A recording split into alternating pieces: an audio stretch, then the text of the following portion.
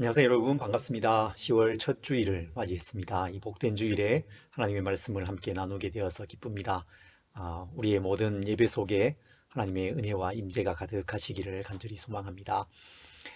여러분, 우리가 하나님의 백성으로 이 세상 가운데 살아가지만 이 세상 속에서 여러 가지 실패를 경험할 수 있습니다.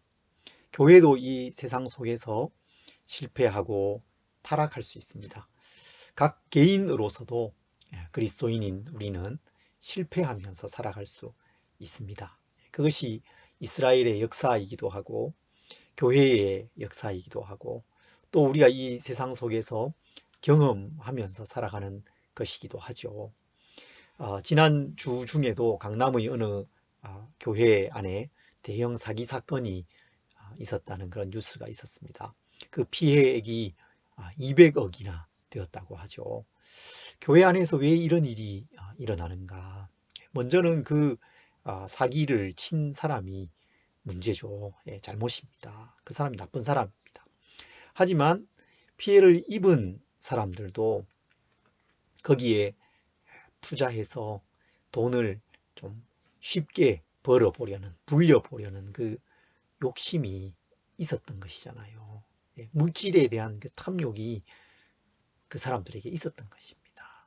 무엇보다 교회가, 이 시대의 교회가 건강하지 않은 것입니다. 그리스도인들이 모여서 말씀을 나누고 서로 격려하고 그런 모임보다 모여서 부동산이 어떻더라, 어디에 투자하면 어떻게 된다더라, 그런 이야기들이 더 많다는 것입니다. 그리고 거기에 사람들의 귀가 솔깃합니다.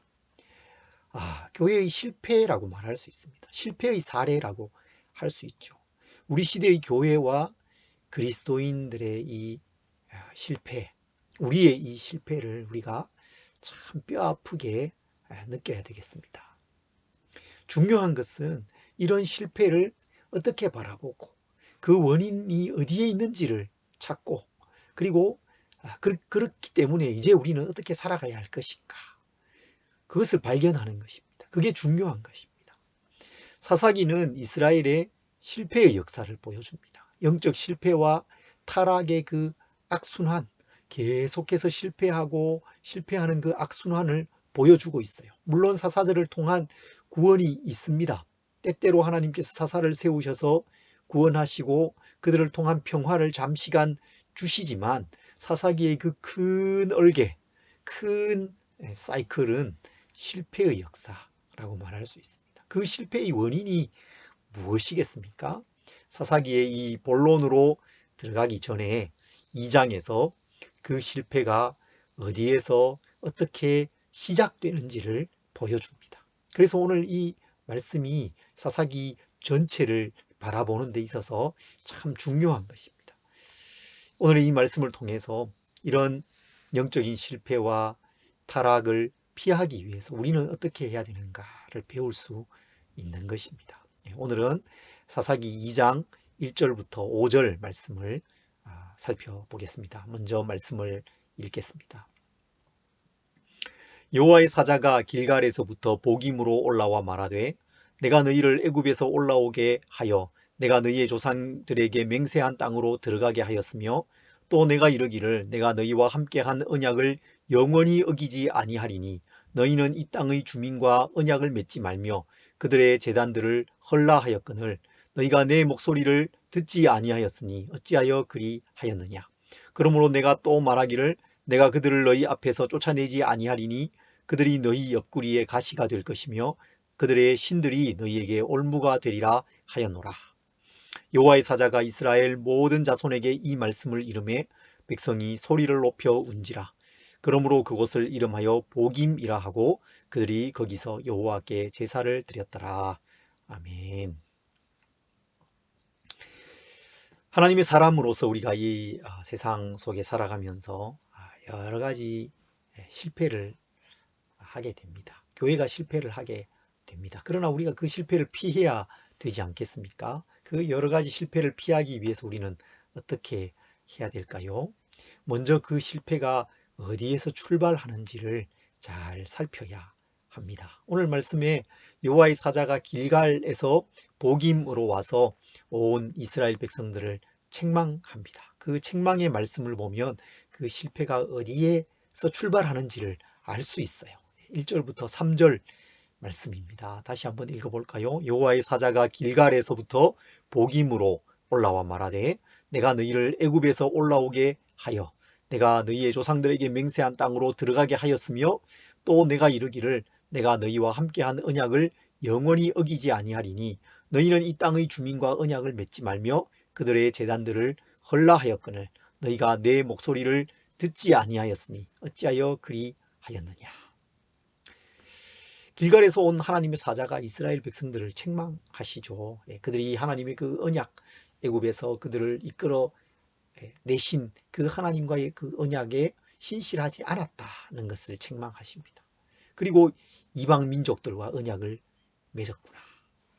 하나님의 목소리를 듣지 않았다. 그렇게 말씀하시죠. 실패의 원인이 여기에 있는 것입니다. 하나님의 말씀을 듣지 않은 것, 말씀을 버린 것입니다. 여러분, 이스라엘 백성들이 왜 하나님의 말씀을 듣지 않았을까요? 왜 하나님의 말씀을 버렸을까요?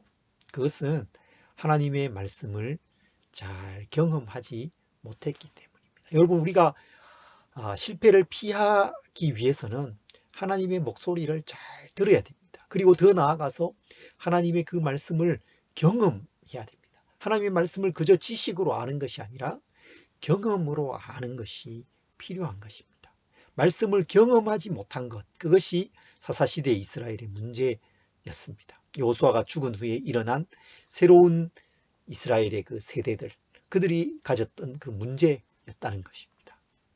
오늘 본문에 이어지는 2장 6절부터 10절이 이 문제를 잘 말씀해 주고 있습니다. 조금 길지만 한번 읽어보겠습니다. 2장 6절 7절에 먼저 이렇게 말씀해요. 전에 여호수아가 백성을 보내매 이스라엘 자손이 각기 그들의 기업으로 가서 땅을 차지하였고 백성이 여호수아가 사는 날 동안과 여호수아 뒤에 생존한 장로들 곧 여호와께서 이스라엘을 위하여 행하신 모든 큰 일을 본 자들이 사는 날 동안에 여호와를 섬겼더라. 여호수아가 이스라엘 백성들을 각 지파별로 각 그 기업에 정착하게 합니다. 그들이 간 그곳에서 여호수아가 사는 날 동안 그리고 여호수아와 함께한 그 장로들, 이스라엘의 지도자들이 살아있는 동안에 여호와를 잘 섬겼다. 그렇게 말씀하고 있습니다. 여기까지는 문제가 없습니다. 그런데 그 후에 문제가 발생합니다. 8절에 여호와의 종 눈의 아들 여호수아가 110세에 죽음에 무리가 그의 기업의 경내 에브라임 산지 가스산 북쪽 딥낫 헤레스에 장사하였고 여호수아가 죽습니다. 10절 그 세대의 사람도 다 그 조상에게로 돌아갔고 그 후에 일어난 다른 세대는 여호와를 알지 못하며 여호와께서 이스라엘을 위하여 행하신 일도 알지 못하였더라. 이스라엘의 새로운 세대가 일어납니다. 가나안 땅에서 태어난 사람들. 그래서 출애굽과 광야 생활 그리고 가나안의 그 정복 전쟁, 이방 민족과 어떻게 싸워서 이겼는지 그 전쟁을 경험하지 못한 사람들입니다. 하나님의 말씀을 경험하지 못한 사람들이죠. 하나님의 능력도 하나님의 그 풍성한 공급도 알지 못하는 사람들입니다. 그들이 홍해를 어떻게 건넜는지, 광야에서 어떻게 살아왔는지, 요단강을 어떻게 건넜는지, 그 가나안의 민족들과 어떻게 싸웠는지, 여리고성이 어떻게 무너졌고 아이성에서 그들이 어떤 승리를 거두었는지 경험해보지 못한 사람들, 그저 들어서는 알고 있습니다. 그러나 그들이 경험하지는 못했습니다. 하나님을 그들이 경험하지는 못한 것입니다. 이들은 매우 쉽게 하나님을 버리고 하나님을 떠날 수 있는 사람들인 것입니다. 위험 요소가 있는 사람들인 것입니다. 여러분, 저는 오늘 우리 시대가 이 성공과 실패의 갈림길에 있다고 생각합니다. 이 시대의 교회가 그렇습니다. 하나님을 매우 쉽게 떠나버릴 수 있는 위험 요소를 우리가 가지고 있습니다. 코로나 팬데믹으로 교회가 2년 동안 잘 모이지 못하고 있죠. 이제 일상으로 우리가 돌아가게 될 텐데 교회가 어떻게 될까요? 교회의 예배가 새로워지고 더 풍성해지고 더 많은 사람들이 교회로 모여올까요? 아니면 그렇지 않을까요? 우리의 영적인 삶은 어떻겠습니까? 더 영적으로 힘을 얻고 예배를 사모하고 그렇게 살아가게 될까요? 아니면 힘을 잃어가게 될까요? 그 갈림길에 우리가 서 있다는 것입니다. 그래서 오늘 이 말씀은 우리에게 너무나도 중요한 말씀입니다. 우리는 하나님의 말씀 한 구절을 정말 소중하게 생각해야 합니다. 그것을 붙들고 믿고 그것을 마음에 깊이 받아들이면 그 말씀이 나를 살게 합니다. 그 말씀이 나에게 경험됩니다. 나의 마음과 삶을 바꾸어가는 능력이 되는 것입니다. 여러분 그것을 경험해 가야 합니다. 여러분 말씀을 여러분 붙들고 계십니까? 오늘 이 듣는 말씀 가운데 하나님께서 나에게 주시는 말씀이 무엇인가를 찾고 그것을 붙드시기 바랍니다. 하나님의 음성을 들으시기 바랍니다. 그리고 그것을 경험해 가시기 바랍니다. 말씀을 그저 지식으로 아는 것은 힘이 없습니다.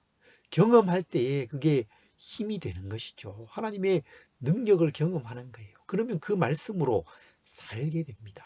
예수님 말씀하신 것처럼 사람이 떡으로만 살 것이 아니라 하나님의 입으로부터 나오는 그 모든 말씀으로 산다. 그렇게 말씀하셨잖아요. 말씀이 우리를 살게 하는 것입니다. 그 말씀 한 구절이 마음에 있는 사람은 두렵지 않습니다. 염려에 매이지 않습니다. 물질을 쫓아서 살지 않습니다. 이 세상을 따라 살다가 실패하는 삶을 살지 않게 되는 것입니다. 여러분, 하나님의 목소리를 들으십시오. 그 말씀을 붙드십시오. 그리고 그 말씀을 경험해가는 능력 있는 그리스도인이 되시기를 바랍니다. 여호와의 사자로부터 책망을 받은 이 이스라엘이 어떻게 했을까요? 이 이스라엘의 반응을 잘 살펴보면 그들의 실패의 또 다른 원인을 찾을 수 있습니다. 4절과 5절에 이렇게 말씀합니다.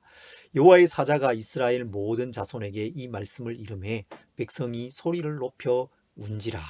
그러므로 그곳을 이름하여 보김이라 하고 그들이 거기서 여호와께 제사를 드렸더라. 그들이 먼저 크게 소리를 내어 울었습니다. 그래서 그곳 이름을 보김이라고 부르게 되었습니다. 보김은 우는 자들, 통곡하는 사람들이라는 뜻입니다. 그리고 거기에서 그들이 여호와께 제사를 드렸다. 그렇게 말씀하고 있습니다. 여러분 이 말씀 속에는 먼저는 긍정적인 모습이 있습니다. 하나님의 백성들이 책망을 듣고 그들의 잘못을 깨닫습니다. 그리고 하나님의 진노가 그들에게 임할 것에 대한 두려움을 그들이 갖습니다. 그래서 그 앞에서 통곡하고 울었습니다. 하나님께 제사를 드렸습니다. 긍정적이죠. 저는 그들의 이 통곡이 참 부럽습니다. 죄를 깨닫고 슬퍼하는 모습이기 때문입니다. 우리에게 이런 통곡이 필요합니다. 여러분 우리가 회개 없는 시대를 살고 있잖아요. 우리 시대가 회개 없는 시대입니다. 죄에 대한 깨달음이 없어요. 그리고 그것을 뉘우침이 없습니다. 그걸 단적으로 보여주는 우리 시대에 그 널리 퍼져 있는 말이 있죠. 무슨 말입니까? 내로남불이죠. 내로남불. 뭐 딱히 설명할 필요도 없습니다. 다 아시죠? 그죠? 내가 하면 로맨스, 남이 하면 불륜 그런 거잖아요. 어느 국회의원의 아들이 6년간 일한 그 부동산 회사를 퇴직하면서 50억 받았다는 그 소식이 뉴스가 지난 한 주간 동안 우리 사회를 강타했잖아요. 수많은 사람들의 입에 회자된 말이었습니다. 그런데 더 가관인 것이 그 아버지도 그 아들도 그것이 잘못이라고 말하지 않습니다. 참 무리를 일으켜 죄송합니다. 면목 없습니다. 그렇게 말하지 않습니다. 납득할 수 없는, 누구도 이해할 수 없는 그런 설명과 변명을 합니다. 그래서 국민들이 더 분노하고 허탈해하고 그랬죠. 그런데 그것이 그들만의 문제가 아니잖아요. 사회 일부 사람들, 일부 지도층 사람들의 문제가 아닙니다. 우리 모두가 다른 사람들의 그 불의나 불공정에 대해서는 분노하지만 자신의 문제일 때는 한없이 거기에 관대한 것입니다. 죄라고 인정하지 않습니다. 죄를 깨닫고 그 죄에 대해서 슬퍼하거나 통곡하지 않는 것입니다. 그래서 이 죄에 대한 통곡, 복임에서의 그 이스라엘이 저는 부럽습니다. 우리에게 이런 통곡이라도 좀 있었으면 좋겠습니다. 코로나 이 전 세계적인 전염병을 통해서 하나님께서 이 시대를 향해서 경고하고 계시잖아요. 그 아래에 놓여 있는 이 교회의 연약한 모습을 우리가 보잖아요. 대통령 선거하면서 우리 사회에 넘쳐나는 이 죄악상이 드러나고 있지 않습니까? 그 앞에서 우리 그리스도인들이 정말 통회하고 통곡해야 되지 않겠습니까? 그런데 그런 마음이 우리에게 참 별로 없습니다. 분노하고 비판하고 비난하고 그렇게 하지만 이 시대의 죄악을 끌어안고 통곡하고 우는 그런 사람들이 잘 없는 것이요. 예, 저에게도 그런 마음이 별로 참 깊은 곳에서 일어나고 그래서 참 눈물을 흘리면서 울고 기도하고 그런 마음이 많이 생기지 않아요. 예, 그래서 참 답답합니다. 애통하는 마음을 주시기를 우리가 기도해야 되겠습니다. 상한 마음, 통회하는 마음을 우리에게 주십시오. 그렇게 기도해야 되겠습니다. 그런데 여러분, 이 사사기 전체 속에서 오늘 본문을 다시 자세히 보면 이 복임은 그저 좋은 본보기만은 아닙니다. 4절과 5절은 언뜻 보기에는 이스라엘 백성들이 회개하고 돌이키는 훈훈한 모습인 것처럼 보이지만 좀 더 깊이 들어가 보면 그렇지 않은 것입니다. 그들의 숨겨져 있는 문제가 있습니다. 그리고 그 문제는 사사시대의 그들의 실패의 치명적인 원인이 되는 문제입니다. 오늘 말씀에 보면 이 하나님의 사자 여호와의 사자가 길갈에서 복임으로 올라왔다 그렇게 말씀하고 있습니다. 여러분 길갈이 어떤 곳입니까? 길갈은 여호수아 5장에 나오는 지명입니다. 요단강을 건넌 이 이스라엘 백성들이 요단강 서쪽 지역에 처음으로 진친 곳이 바로 길갈이었습니다. 그곳에서 하나님께서 여호수아에게 명령을 내리시는데 그 명령은 할례를 행하라 라는 명령이었습니다. 여리고성 바로 앞에 그들이 진치고 있거든요. 이제 가나안 민족들과 전투를 해야 되는 상황에 있습니다. 언제 그 가나안의 민족들이 연합해서 그들을 공격해 올지도 모르는 그런 위기의 상황이라고 할 수 있었습니다. 그런데 그 앞에서 하나님께서 할례를 행하라는 명령을 주십니다. 이해할 수 없는 명령이죠. 받아들이기 힘든 명령이었어요. 그러나 여호수아와 이스라엘 백성들이 그곳에서 할례를 행합니다. 그래서 애굽에서의 수치가 다 굴러간다는 뜻의 이름 길갈이라는 지명이 거기에 붙여지게 된 것입니다. 하나님의 말씀에 대한 순종, 거룩한 삶의 회복, 하나님 백성됨의 회복이 그곳에 있었던 것입니다. 그리고 그 후에 여리고 전투, 아이 전투, 가나안 정복 전쟁의 모든 전쟁에서 그들이 승리할 수 있었던 것이죠. 길갈은 그렇다면 어떤 장소인 것입니까? 하나님의 말씀에 대한 순종의 장소, 말씀을 깊이 경험한 장소, 거룩함을 회복한 장소, 그리고 그 결과로 놀라운 승리를 경험한 장소였다는 것입니다. 왜 하나님의 사자가 길갈에서 복임으로 왔을까요? 하나님의 사자는 장소적인 제한을 딱히 받지 않습니다. 영적인 존재잖아요. 그냥 복임에 나와도 됩니다. 그런데 길갈에서 복임으로 올라왔다. 그렇게 기록하고 있습니다. 그렇게 말씀하고 있습니다. 의미가 있는 것이죠. 길갈의 메시지를 가져온 것입니다. 길갈에서의 그 철저한 순종, 할례의 그 고통을 감내하면서까지 말씀에 순종했을 때에 그들이 하나님의 보호를 경험하고 하나님의 함께 하심을 경험하고 그래서 전쟁에 나아가서 놀랍게 이기고 승리했던 것을 경험했던 것. 그것을 일깨워 주기 위한 것이었던 것입니다. 그것을 다시 돌아보게 하시는 말씀인 것이죠. 메시지였다는 것입니다. 지금 하나님께서 복임의 이스라엘에게 기대하시는 것이 바로 길갈을 기대하시는 거예요. 철저한 순종을 기대하고 있는 것입니다. 그런데 복임의 이스라엘은 소리 높여 웁니다. 대성통곡합니다. 하나님께 제사합니다. 그런데 그 다음에 있어야 할 철저한 순종, 죄로부터의 돌이킴, 할례, 그 포피를 잘라내듯이 죄를 잘라내는 것, 그들의 그 죄로부터의 철저한 돌이킴이 그들에게 없었다는 것입니다. 거룩의 회복이 그들에게 없었습니다. 할례의 고통을 감내하면서까지 하나님의 말씀에 순종하는 그 철저한 순종의 모습이 그들에게 더 이상 없었다는 것입니다. 복임에서의 통곡과 하나님께 드린 그 제사는 형식적인 제사였습니다. 형식적인 회개였다는 것입니다. 모양은 갖추고 있습니다. 그러나 참된 순종이 없었다는 것입니다. 알맹이는 없고 껍데기만 있는 것입니다. 여러분, 이 종교적인 형식, 껍데기만 남은 종교, 형식만 남은 종교, 이것이 무서운 것입니다. 그 종교적인 행위를 하는 사람은 뭐가 문제인지 모르거든요. 그런데 하나님께서 그걸 받지 않으세요. 싫어하세요. 하나님께서 원하시는 것은 형식이 아닙니다. 이사야 1장에 보면 선지자가 이스라엘의 그 형식적인 종교, 형식적인 형식만 남아있는 그 예배, 마당만 밟고 가는 그 예배를 신랄하게 비판하는 것을 볼 수 있습니다. 하나님께서 그 제사를 싫어하신다고, 역겨워하신다고, 내가 참지 못하겠다 말씀하신다고 그렇게 말하고 있습니다. 하나님은 상한 심령의 제사를 기뻐하십니다. 하나님께서 구하시는 제사는 상한 심령이라. 하나님이여 상하고 통회하는 마음을 주께서 멸시하지 아니하시리이다. 시편 51편 범죄한 그 다윗이 하나님 앞에 철저하게 회개하면서 하나님께서 상한 심령의 이 제사를 기뻐하신다. 그렇게 고백하고 있습니다. 복임의 이스라엘에게 이 참된 회개, 상하고 통회하는 마음, 그래서 죄로부터 철저히 돌이키는 그 모습이 없었던 것입니다. 그래서 이어지는 사사기의 말씀을 읽어보면 계속해서 그들이 실패하고 이방 민족들의 압제를 받는 것을 볼 수 있습니다.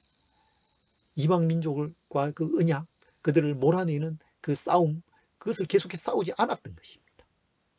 하나님의 책망을 받았지만 거기에서 울고 통곡하지만 그 삶을 돌이키지는 않았던 것이죠. 그래서 계속해서 실패하는 것입니다. 여러분, 참된 통곡이 없으면 계속 통곡하는 삶만 사는 것입니다. 무서운 역사죠. 너무나도 무서운 교훈 아니겠습니까? 계속 이방 민족 압제받고 하나님 앞에 거듭해서 부르짖고 잠시 하나님의 도우심을 얻지만 또 그렇게 하고 또 부르짖고 또 부르짖고 계속 통곡하는 것입니다. 이 형식만 남는 종교, 껍데기만 남아있는 신앙, 이것을 우리가 정말 두려워하고 경계해야 하는 것입니다. 하나님을 향한 상한 심령, 하나님을 향한 뜨거운 사랑, 참된 예배, 하나님을 경험하는 예배, 하나님의 말씀을 경험하는 삶, 그것이 우리에게 있기를 사모하고 하나님 앞에 나아오시기를 바랍니다.